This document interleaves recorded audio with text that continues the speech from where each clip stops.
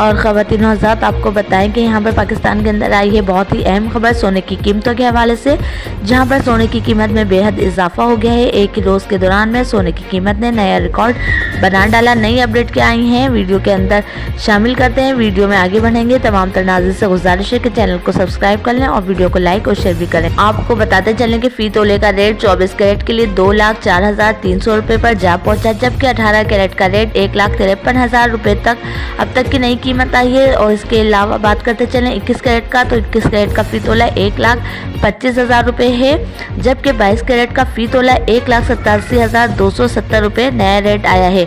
आपको बताएं फ़ी ग्राम सोने की कीमत 24 कैरेट 17,500, 22 कैरेट 16,000, 21 कैरेट 15,300 और 18 कैरेट 13,100 रुपये नया रेट आया है।